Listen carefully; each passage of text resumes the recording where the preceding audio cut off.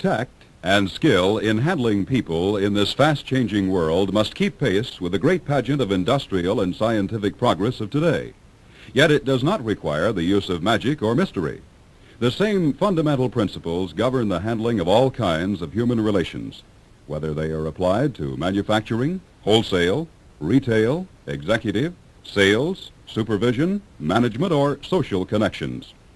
One of the nation's outstanding authorities on this vital subject is Dr. Paul P. Parker. He has spoken before more than 5,000 audiences, coached over 250,000 people across the nation on how to use tact and skill in handling people. He is the author of a recently published book on this subject. It is the essence of more than 30 years of Dr. Parker's experience in lecturing, counseling, executive training, and psychological guidance that he presents in this recording. Many of us overlook the importance of discovering our own abilities. It isn't so much a matter of developing new abilities. We already have an abundance of ability lying dormant deep down within us. Therefore, our real purpose and endeavor should be to develop abilities that we already have. It's generally conceded that very few people ever scratch the surface of their potential ability. Many go all through life without ever discovering themselves. Research discloses that most of us never discover more than 25%, perhaps 30% of our real ability.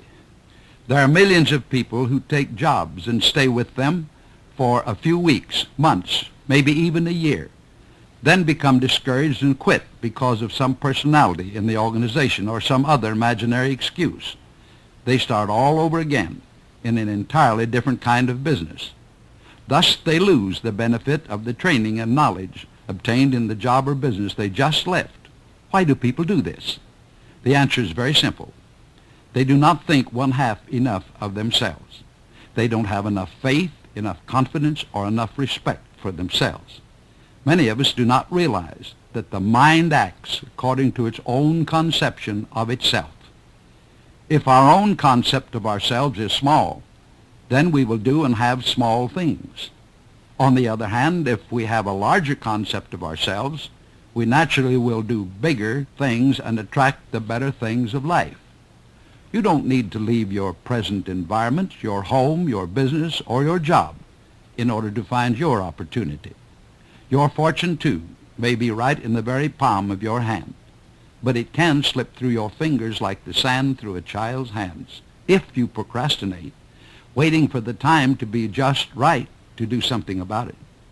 If you wait and hesitate, it will be a good deal like placing a valuable keepsake away in the dresser drawer upstairs because the time is not just right to make use of it.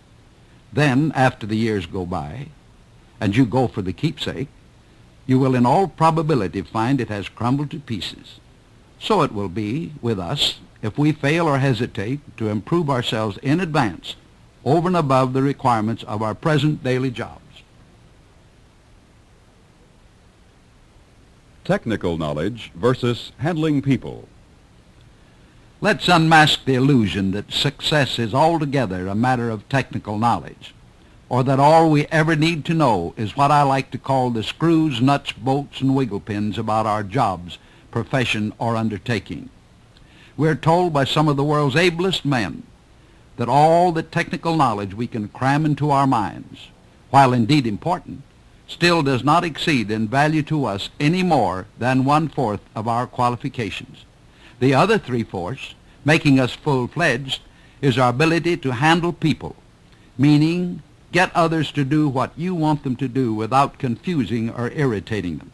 Now let's not belittle our technical knowledge, but let's don't settle for it. Our technical errors are comparatively few because we are such experts at our jobs, but it's shocking to observe how often we all bungle the job of handling people. What kind of merchandise, brand, gadget, or price can you offer to your customers that your competitors are not also willing to claim they offer? What kind of words or phrases are available to you in describing your product or service that are not also available to your competitor? Yet, even with the merchandise or service being equal, if you do a better job in catering to the feelings, pride and emotions of the customer, you do not only get the business, but you hold it. If you have developed the ability to handle people, you just don't need anything else. But if you have not developed that ability, it doesn't matter much what else you have. Too many of us today are trying to substitute rules, logic, and technical knowledge for appreciation and a better understanding of the human feelings and emotions, notwithstanding the immutable fact that the minds of people today are set into action almost entirely by the way they feel, not by logic or reason. People are now living on frazzled nerves as never before, and their emotions are running high. When our own emotions get a little out of control, which is surprisingly often, we proceed to handle others with quickly chosen words, gestures, and decisions emanating entirely out of the way we feel. Let's reverse the procedure. Pitch your feelings out the window. Listen, think, and reason with yourself, and get hold of the other fellow by the handle of the way he feels, not by the handle of the way you feel, and you can handle him in the palm of your hand. When you look into a mirror, you expect to see your face reflected in that mirror. The other person is always looking for himself to be reflected like a mirror. His dreams, his imagination, and his point of view in some of the words he hears you say.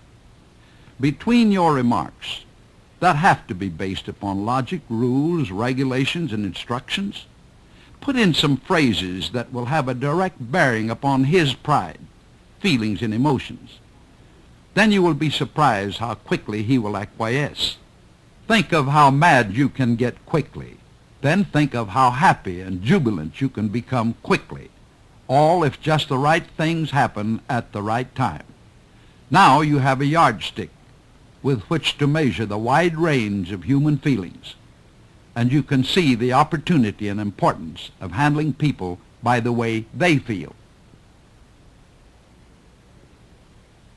How emotions affect behavior. I have a friend, Mr. J.L., in Atlanta, Georgia, who is in the automobile business. A customer who was very angry about his car came into J.L.'s place of business one day. He lambasted everyone he approached. Finally, J.L. invited him into his office and seated him on the opposite side of his desk. J.L. pulled up his chair and asked the customer to tell him his troubles. Now here's a saying that's so fitting here. Quote, "Anger blows out the light of reason, but after a roaring hurricane expends its fury, the lull of calm sets in." End of quote. So it is generally with people. After a sweeping verbal tirade, remorse sets in. That happened in this case. Now watch it. J.L. listened until the man finished raving. Then instead of starting at once to argue back at the man, he just quietly looked at him with an expectant countenance, as though he expected the customer to have even more to say. He was flattering the customer to the extent that he was giving him credit for having a lot more to say. Here the customer found himself in a rather embarrassing position because he could not dig up any more. He had scraped the bottom and shot his wad. J.L. then said, "Mr. So-and-so, would you be kind enough to go over that last part again? I want to be very sure that I understand it thoroughly." That slowed down the customer almost to a standstill, and the going over didn't amount to very much. He started to talk again, but as usual to apologize for what he'd first said. If you wait until the exploding tirade of high-pitched emotions is finished and there's nothing more to be said, there comes a few seconds of complete silence.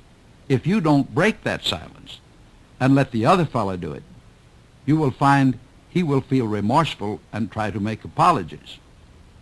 Many times when people make a big mess of things, if we can keep still long enough, they usually wipe it up themselves. You can't overhaul the mind of the listener, but you can waltz with his feelings and emotions. Our own anxious feelings cause us to become so impatient that we overlook the necessity of waiting until the other fellow has his say, and by jumping at conclusions, we get our necks out. Then we have to reckon with the real issue that turns up in his mind, plus some other disturbing ideas which we have suggested to him by jumping in and talking too soon, too fast, and too much. The removal of human friction is 90% of the problem of handling people. What people will do and will not do. There are certain things that people generally will do. They will do readily, easily, and promptly things that are repeatedly suggested to them. It is said that 70% of the people respond easily to suggestion. People will follow old habits.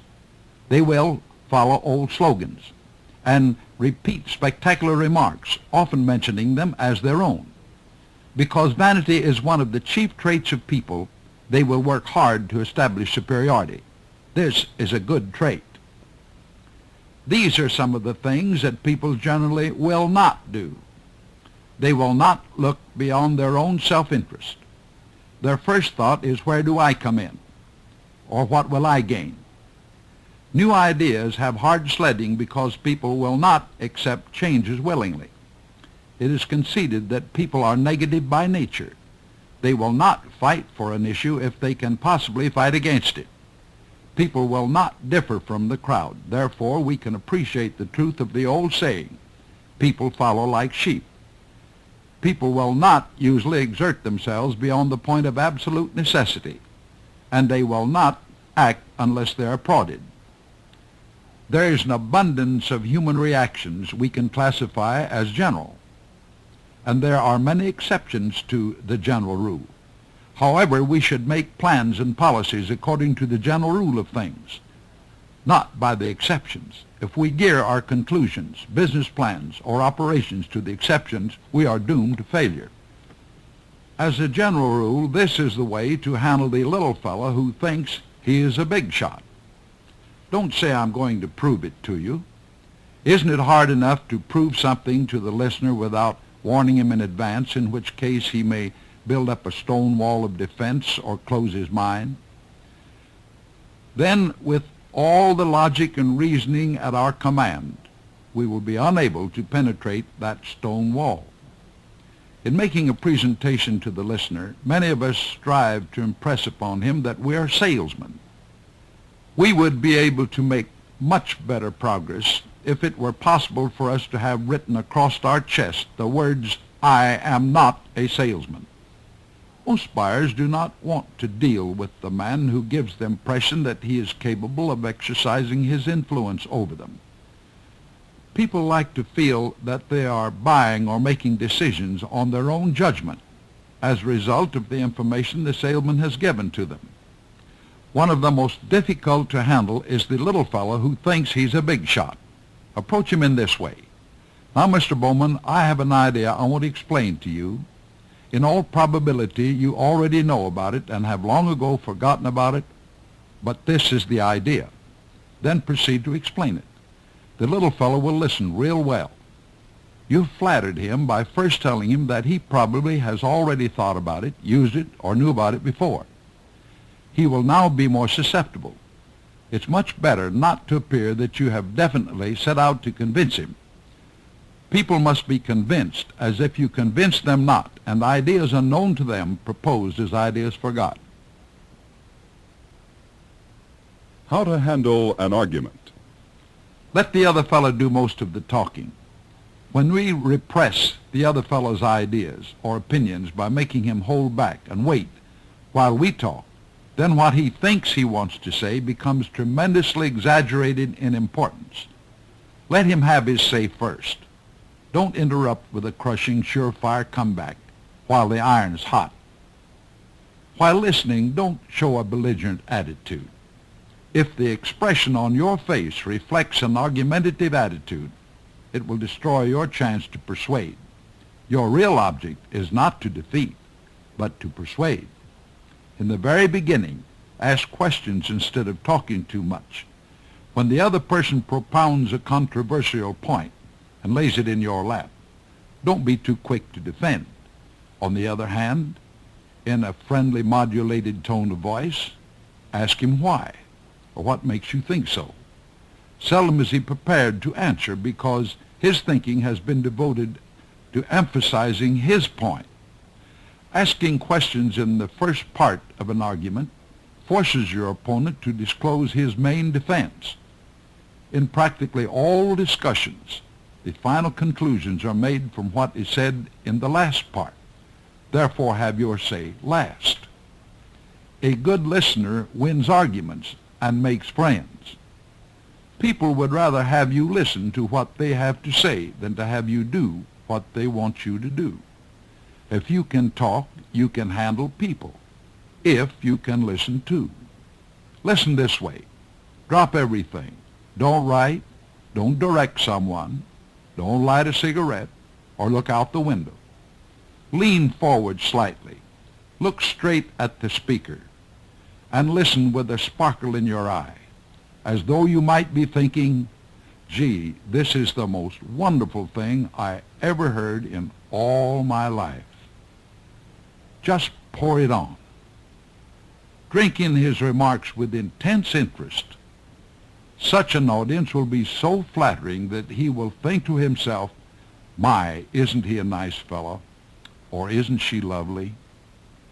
There is nothing you can ever do that will make a person like you more than to listen intently to what he has to say. When the other fellow finishes and you begin to talk, you'll be surprised at how quickly he will lean and listen intently to you, seeming actually to imitate what you have just done. Instinctively, he wants to repay to you the nice compliment you've just paid to him. Let's see what has happened to you in a few fleeting seconds. First, you made somebody like you by listening intently to him. Second, while he was talking, you were able to select just the right words to use back, all predicated upon what you heard him say, thereby avoiding sticking your neck out and jumping at conclusions.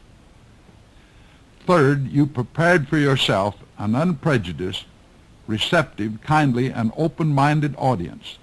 This is one of the most important requisites for the successful handling of people.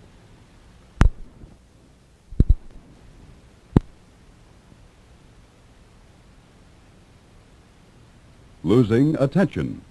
When you see a man's eyes wandering and his attention slipping, it signifies that you have forgotten to consider his special interest and experience in your remarks. We hold the attention of others by blending our discussion with the things, places, ideas, and so forth with which they have had experience. If what we say to people doesn't tie in quickly and easily with their interest and experience, they will ignore it altogether. We cannot scatter our presentation, explanation, or instructions in a disconnected fashion. People will not bother to gather up the pieces and put them together for us. In formulating our remarks, we must put the pieces together ourselves in proper sequence and make sure we are considering the special interest and experience of the listener. Then we rivet his attention to our remarks. Let's discuss losing the cooperation of others. Far too often, a department head expresses himself only from the point of view of his own department. He seldom sees or thinks of the problem under discussion from the viewpoint of the other departments, as the chief executive must look at it. For example, the executive is deeply concerned about an important problem. At a meeting of department heads, Mr. A proposes a simple and workable solution. When it comes to Mr. B's time to have his say, he goes against the suggestion with the argument that it would involve extra work in his department, although Mr. A's suggestion was for the common good of the company and a workable idea. The department head today, who is big enough to consider problems and suggestions from the point of view of other departments as well as his own, will achieve great heights. There is an unfaltering, crying demand for just such men today. Most people are good at almost anything they attempt to do alone. Few are successful in doing a good job in working with other people. Yet the progress of great men has been made by their ability to work in cooperation with others. In conversation with others, discuss the things upon which you and the other fellow are in agreement. Avoid to the very last discussing things upon which you do not agree. Make a mountain out of the things upon which you agree, and a molehill of the things upon which you do not agree. By a reverse procedure, we encourage a no response. Once a person declares no, his pride demands that he remains consistent, and we find ourselves immediately at a disadvantage. As long as you can keep yes responses forthcoming, the entire organism is thrown in an open receptive attitude, rendering them whom you are doing, you are more susceptible to your influence. Taking the sting out of evidence. We could see through the eyes of the we could easily understand why he behaves as he does. It is very difficult for us to understand his actions because as we examine, analyze, or criticize him, we look at the matter and pass judgment almost entirely through our eyes of logic and reason. Yet, most usually, the act or behavior of the other fellow was committed through his eyes of emotion. Human acts committed far more often through the dictates of feelings and emotions than through logic and reason. We can criticize and at the same time leave out the sting. Suppose you approach someone working on a specific operation. The workman may be new on the job and may not be doing it exactly as it ought to be done. Under those circumstances, you might well advise to say something like this: I believe I have a definite talent for that job, and I believe you're going to be able to do it real well. Let's try it this way. Then take over and show him how you want it done. When we approach a person in this manner, we've taken the sting out of criticism by including a sincere compliment. Criticism should always be accompanied by some praise. Avoiding selfishness is another important consideration in winning the cooperation of fellow workers. A certain amount of selfishness is to be found in almost every industrial plant or business office. Envy, jealousy, or selfishness indicates something very small in the person who exhibits it. When you show you are happy to see someone else succeed, you soon find others pulling your advancement and success. Through the years, I have watched foremen and department heads in large business firms attend meetings where prizes and awards were being handed out. I have seen these men earnestly congratulate the other fellow who wins. Few losers show that kind of unselfish sportsmanship. Grasp the hand of the winner and say, I'm mighty glad you won, and really mean what you say. If you can do just that, you will be popular among your associates. Most of us compliment us for achievements in the field in which been standing, other field, apart from one in which they are recognized. For instance, and though he would not appreciate a compliment on his painting, he is already aware of his accomplishments in that field. The same person, however, may aspire to be an excellent speaker and wish to be able to impress an audience. Yet he is a little in doubt about his speaking ability. If we can him on his speaking ability, he would in all probability appreciate it far more than a compliment on his wings. In other words, people appreciate comments both about the things in which they aspire to excel, but are a little in doubt. Are we really salesmen? Because we live in a nation with the most money and the greatest buying power, and because of the tremendous eagerness of Americans to buy, we think we're great salesmen. Yet the following facts tell a far different story. It is generally conceded that more than 90% of the sales during boom years were not really sales at all, but purchases made by the customers themselves of their own initiative. Furthermore, 7 out of 10 sales, which are actually made by the tact, courtesy, and stewardship,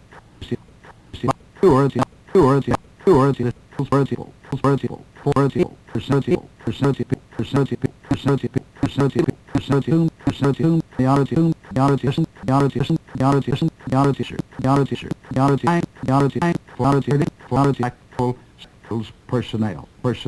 Your greatest problem from birth is getting up people to do what you want them to do without confusing or irritating them.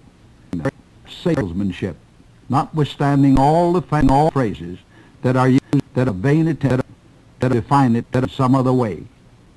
People will not buy things, they buy what the thing will do for them. They buy the convenience, service, beauty, color, light, speed, safety, bigness, flavor, and so forth. They buy all these items many times when they cannot even afford them. So in your presentation, elaborate on these qualities instead of the thing itself or the technicalities in connection with it. Let's picturize this point. After listening to a thorough technical coaching from a factory representative, a young salesman was approached by an elderly lady in a hardware store. She came in to buy a small heater for her living room. The young salesman had studied all the technicalities and all the details about the stove. Therefore, in his sales presentation, he explained all about the gauge of steel, the tricky controls, the non-corroding bolts, oversized chambers, and other technicalities. Finally, he ran out of material, but he felt he had done a thorough job of selling. So he looked at his customer, who seemingly was unimpressed, and said, "Now, lady, I've explained everything I know about the stove.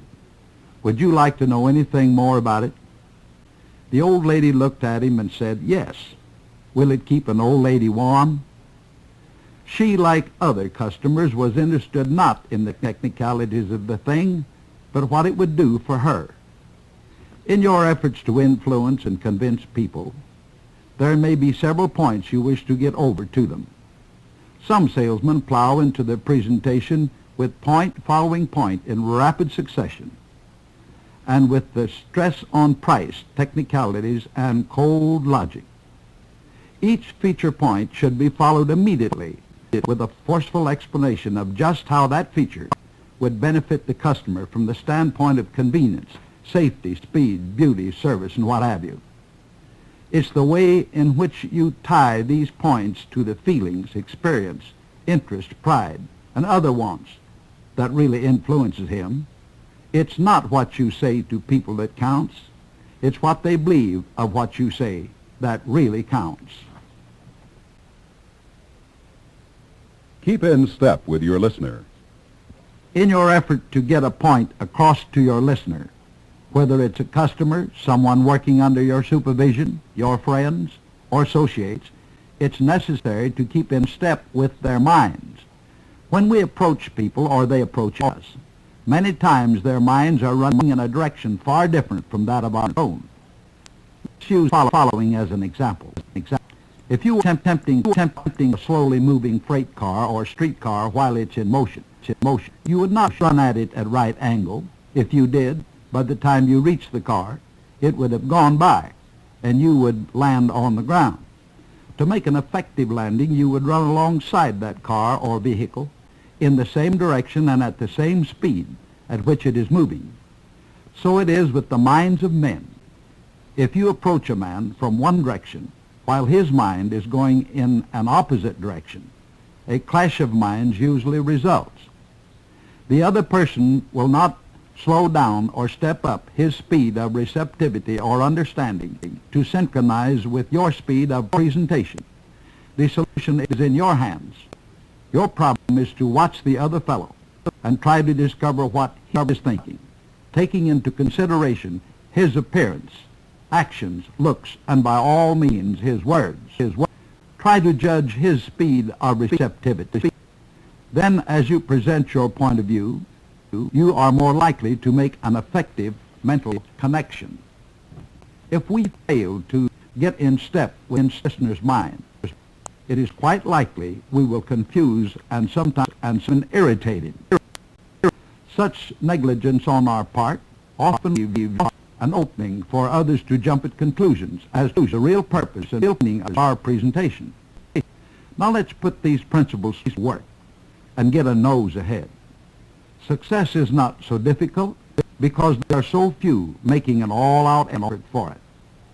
Once a man gets out in front of the pack, even if only a nose ahead, the going is easier. Why? Because out there the competition narrows down. The man who earns $20,000 a year does not need to have 5 times more ability than the man who earns only $4,000 a year. Many people think there is an enormous difference in the ability of the man who is outstanding and the other fellow of ordinary accomplishments. Such a conviction is discouraging and holds back many who otherwise might make an earnest effort to get a nose ahead. Here is an example. The winner of a horse race made $15,000, and the horse that came in second in the same race made only $3,000. The winner of a horse race made $15,000, and the horse that came in second in the same race made only $3,000. Just because the winner made 5 times more money did not mean he could run around that track 5 times faster. He struggled the whole distance to get just a nose ahead. So it is with people. The other fellow is not years or miles ahead of you, but perhaps just a nose ahead. So don't sell yourself short. It is said that 1 out of 10 people today actually carries away 9/10 of the world's purse, the championships, the applause, and the promotions. Not because he's a superman, but because he does a better job in handling people. Don't get discouraged. Just get a nose ahead. You are worth $500,000. At birth, you inherited $500,000, not dollars but hours. You alone have absolute control over the investment of this $500,000. You wouldn't think of throwing $5 bills in the gutter and watching them wash away, but how about the indifferent, careless waste of 25% and sometimes 50% of our time just because we have never learned how to invest it? You cannot attain financial security either by saving money or by spending it. Your personal money problem can be solved only by the wise investment of your time. If the spending of your time is handled with good common sense, the same kind of common sense you use in making financial investments, then your personal money problem, which is inescapably involved, will be solved at the very same time. Any fool can save up dollars, but the wisest of men cannot save up opportunity. The greatest era of opportunity this generation has ever seen is here, now, but it can slip through your fingers like the sand through a child's hands. If you lay your opportunity away now, waiting for the time to be just right, when you reach for it later on, you'll find it has crumbled to pieces. Doing the mediocre things in life when greater things are possible constitutes one of the greatest tragedies in human endeavor. Jessie Rittenhouse in her famous poem said this: "I bargained with life for a penny, but life would pay no more." Make your bargain then with life for something real big and worthwhile. Take hold of your job, not with the tips of your fingers, but with that grip and tenacity of purpose that commands you to do that which is really big and worthwhile. You know more about yourself than all the other people in the whole world put together. Therefore, it's an inside job. Then in moments of meditation, as a man sits alone at night on the side of his bed with one sock in his hand, while the rest of the world is seemingly asleep, he thinks, and he thinks seriously. Am I any better off now than I was 5 years ago? How about the next 5 years? Here alone a man does not fool himself. Ralph Waldo Emerson said, "Alone a man is sincere, but upon the approach of another party, then hypocrisy begins." So be ever conscious of the fact that there is no power in the whole world that can lift you up higher and hold you up longer than your own enthusiasm, self-confidence, and faith in yourself. Men who have succeeded in accomplishing the goal of their own choice backed it up by persistency with an unfaltering, abiding faith in their own ability. That is the kind of faith that was forged by our forefathers in the early days in the fires of human experience. There is no sacrifice or price you have to pay for using the principles I have discussed. On the other hand, there is awaiting you a reward of success in abundant proportions if you put these principles to work now, in time. In hesitating, we never know, but what the hour or day passing unused is a jewel fallen into the sea of infinite and gone forever. Here's a message of interest from Success Motivation Institute, the producers of Success Motivation cassette tapes. Just one exposure to new material, whether you listen to it or read it, is unlikely to bring you many benefits. But through the power of spaced repetition, you can listen to this cassette many times and increase your understanding and retention with each repetition. Every time you listen, you'll increase what you remember. The more you remember, the more you'll actually use. We recommend that you listen to this cassette at least once a day for a week, and then as often as you can, to get the most benefit from the ideas and information it contains. You'll want to add other Success Motivation cassette tapes to your Success listening library. Among those we recommend are How to Master Time Organization, Tough-Minded Management, How to Get People to Think and Act Favorably with You, and How to Live 365 Days a Year. This cassette is a part of a series of Success Motivation cassette tapes produced by Success Motivation Institute, Incorporated, and distributed by Achievement Motivation Institute, a division of SMI. The material on this cassette is protected by international copyright. All rights are strictly reserved. Duplication or reproduction in whole or in part is prohibited without the written consent of Success Motivation Institute, Incorporated. Success Motivation cassette tapes are available at retail stores, from SMI distributors, and by writing to SMI Incorporated, Box 7614, Waco, Texas, 76710.